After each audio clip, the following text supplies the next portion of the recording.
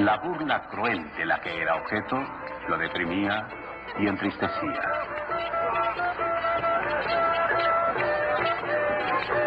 Mi opinión de Tycho es esta, decía. Es enormemente rico, pero no utiliza esa riqueza debidamente. Tycho posee las mejores observaciones, también tiene colaboradores, pero le falta el arquitecto que pueda utilizar todo esto.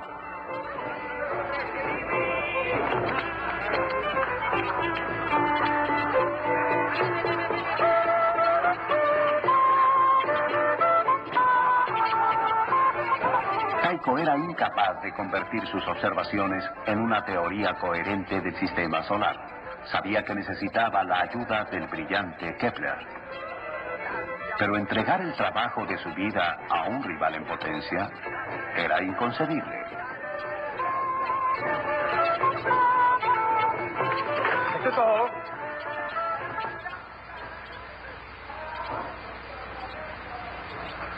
Tycho era el genio de la observación más grande de la época, y Kepler era el teórico más grande.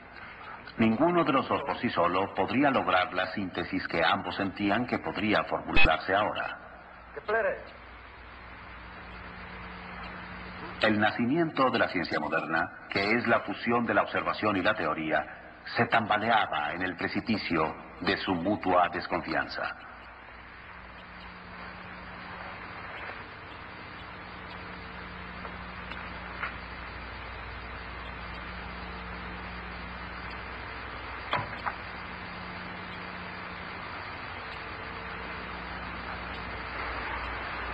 Ambos reñían con frecuencia y luego se reconciliaban, hasta que unos meses más tarde, Tycho murió víctima de su habitual exceso en el comer y en el beber.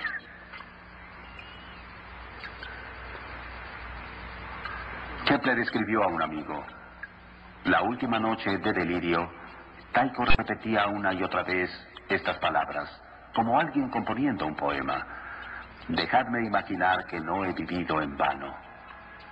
Dejadme imaginar que no he vivido en vano. Y no vivió en vano.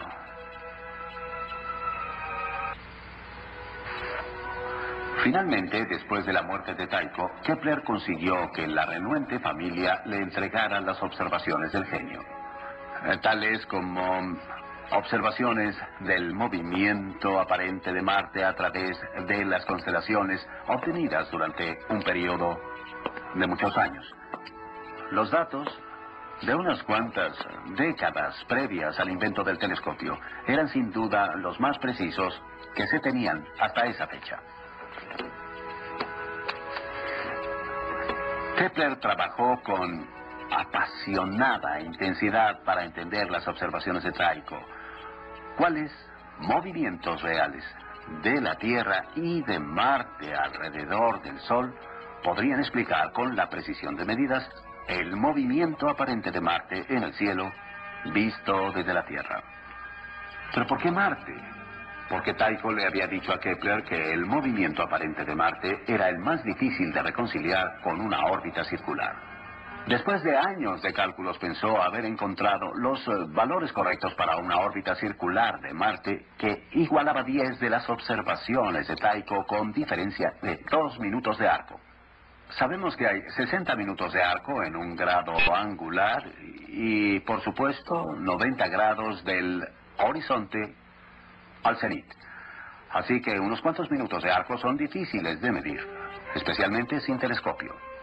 Pero el gozo de Kepler por el descubrimiento pronto se tornó en tristeza, porque otras dos observaciones de Tycho eran incompatibles con su órbita por más de 8 minutos de arco. Kepler escribió entonces: si hubiera creído que podríamos ignorar esos 8 minutos, hubiera cambiado mi hipótesis. Pero ya que no era permisible ignorarlo, sin duda esos 8 minutos dieron paso a una reforma completa de la astronomía. La diferencia entre una órbita circular y la verdadera órbita de Marte solo podía distinguirse por medición precisa y con una aceptación valerosa de los hechos. Kepler estaba profundamente molesto por tener que abandonar la órbita circular. Esto sacudió su fe en Dios, como el creador de una geometría celestial perfecta. Habiendo aseado el establo de la astronomía de círculos y espirales, dijo, se había quedado con solo un sucio montón de estiércol. Intentó varias curvas ovaladas y siguió calculando. Cometió errores aritméticos que, de hecho, le hicieron desviarse de la solución correcta. Meses más tarde, angustiado y desesperado, por primera vez probó la fórmula para una elipse.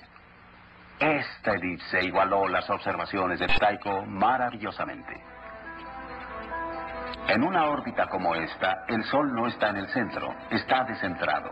Se encuentra en un foco de la elipse. Cuando un determinado planeta está en el punto más lejano en su órbita del Sol, se mueve más despacio y al aproximarse al punto más cercano, se acelera. Debido a este movimiento describimos los planetas como cayendo hacia el Sol, pero nunca alcanzándolo. La primera ley de Kepler del movimiento planetario es sencillamente esta. Un planeta se mueve en una elipse con el Sol en uno de los focos. Al moverse el planeta en su órbita durante cierto periodo de tiempo, cubre un área imaginaria en forma de cuña. Cuando el planeta está lejos del Sol, el área es larga y angosta. Cuando está cerca del Sol, el área es corta y ancha. Aunque las formas de estas cuñas son diferentes, Kepler descubrió que sus áreas eran exactamente iguales. Esto proporcionó una descripción matemática precisa de cómo un planeta cambia su velocidad en relación con su distancia del Sol.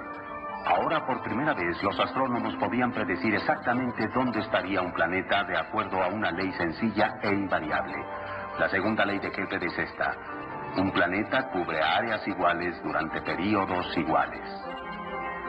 Las primeras dos leyes de Kepler sobre el movimiento planetario podrían parecer remotas y abstractas. Muy bien, los planetas se mueven en una elipse y cubren áreas iguales durante períodos iguales. ¿Y qué?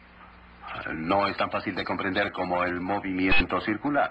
Podríamos tener la tendencia de ignorarlo, decir que son simples juegos matemáticos y quizás sin aplicación en la vida cotidiana. Pero sin duda estas son las leyes que obedece nuestro planeta mismo. Mientras nosotros, anclados a la Tierra por la gravedad, somos lanzados a través del espacio. Nos movemos de acuerdo con las leyes naturales que descubrió Kepler cuando, por ejemplo, enviamos vehículos espaciales a los planetas, cuando observamos estrellas dobles, cuando examinamos el movimiento de galaxias distantes. Siempre encontramos que todo el universo obedece a las leyes de Kepler. Muchos años después, Kepler llegó a su tercera y última ley sobre el movimiento planetario, una ley que relaciona el movimiento de los varios planetas entre sí y que expone correctamente la precisión del sistema solar. Descubrió una relación matemática y sencilla entre el tamaño de la órbita del planeta y la velocidad promedio con la que viaja alrededor del Sol. Esto confirmó su antigua convicción de que tendría que haber una fuerza en el Sol que impulsaba a los planetas.